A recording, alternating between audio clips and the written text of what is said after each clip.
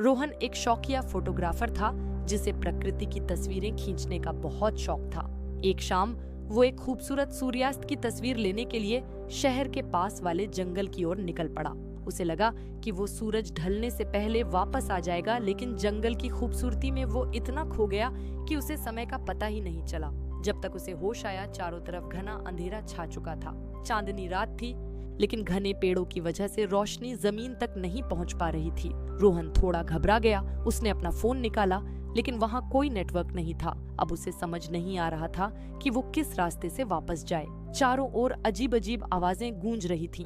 झींगुरों की आवाज, पत्तों की सरसराहट और दूर कहीं से आती किसी जानवर की डरावनी आवाज। रोहन का दिल जोर जोर से धड़कने लगा। उसने हिम्मत जुटाई और एक दिशा में चलना शुरू कर दिया, इस उम्मीद में कि शायद कोई रास्ता मिल जाए। चलते चलते उसे एक पुरानी टूटी फूटी झोपड़ी दिखाई दी।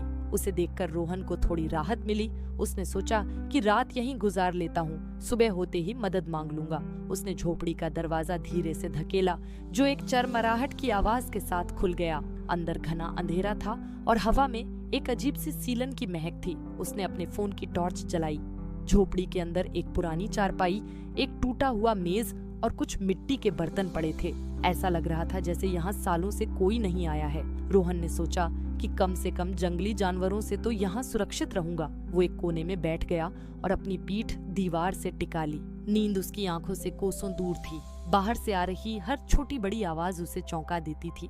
उसे ऐसा महसूस हो रहा था जैसे कोई उसे देख रहा है, जैसे कोई उसके बहुत करीब है। अचानक उसे झोपड़ी के बाहर किसी के कदमों की आहट सुनाई दी। कोई धीरे धीरे झोपड़ी की ओर बढ़ रहा था। रोहन की सांसें अटक गईं। उसने तुरंत अपने फोन की टॉर्च बंद कर दी और अंधेरे में दुबक कर बैठ गया। कदम झोपड़ी के दरवाजे पर आकर रुक गए। रोहन का पूरा शरीर डर से कांप रहा था। दरवाजे पर धीरे धीरे खटखटाने की आवाज आई। कौन हो सकता है इस सुनसान जंगल में आधी रात को? उसने हिम्मत करके कोई जवाब नहीं दिया। खटखटाने की आवाज बंद हो गई। रोहन ने राहत की सांस ली, लेकिन तभी दरवाजे के नीचे की दरार से उसे दो चमकती हुई आंखें दिखाई दी, जो सीधे उसे ही घूर रही थीं। वो आंखें किसी इंसान की नहीं लग रही थीं। रोहन की चीख गले में ही अटक गई। वो आंखें कुछ देर तक उसे घूरती रहीं और फिर गायब हो गईं। रोहन पूरी रात डर के मारे एक पल भी सो नहीं पाया। वो बस सुबह होने का इंतजार करता रहा। जैसे ही सूरज की पहली किरण झोपड़ी के अंदर आई, रोहन तुरंत वहां से बाहर भागा। वो बिना पीछे देखे, बिना रुके बस दौड़ता रहा। कुछ देर दौड़ने के बाद उसे जंगल से बाहर जाने वाला रास्ता मिल गया। जब वो शहर वापस पहुंचा तो उसने चैन की सांस ली। उस रात जंगल में उसके साथ जो हुआ वो उसे कभी नहीं भूल पाया।